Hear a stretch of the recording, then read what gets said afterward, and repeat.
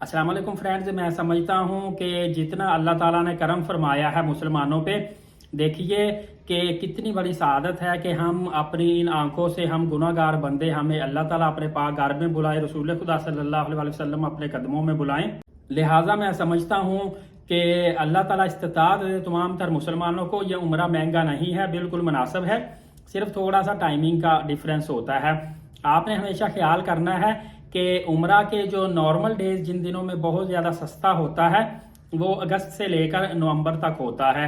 इन दिनों में उम्रे का रेट सेम ही होता है, लेकिन फ्लाइट और होटल आपको काफ़ी ज़्यादा चीप प्राइस में मिल जाते हैं और तकरीबन 1 से 1.5 लाख रुपए इजाफा रमज़ानुल मुबारक में उम्रे का हो जाता है।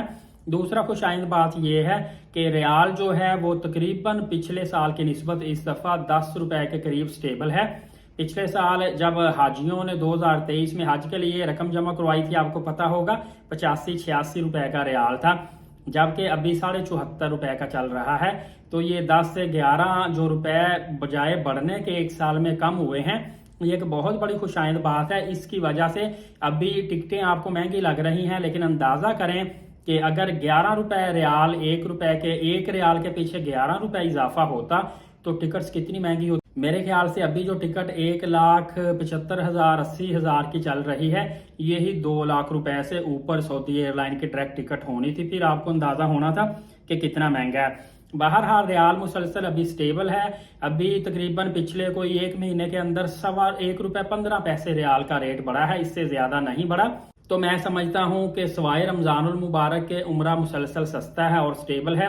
कुछ खबरें अभी आ रही हैं कि उम्रा का जो वीज़े का प्राइस है जो 550 रियाल है, इसको नेक्स्ट सीजन में बढ़ा दिया जाएगा, लेकिन ये अभी हम अफवाहें कह लें या ऑब्जर्वेशन कह लें, क्योंकि असल में तो तभी पता चलेगा ना, तब नई पॉलिसी आएगी, कंफर्मेशन होगी और Nusuk ministry of foreign affair Saudi Arabia की जानिब से वीज़े का असल रेट निकलेगा।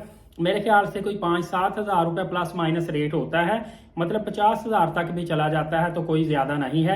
लेकिन अगर बिग अमाउंट इंक्रीज हुई तो फिर काफी ज्यादा परेशानी होगी, स्पेशली उन लोगों को जो ग्रुप की सूरत में जाते हैं।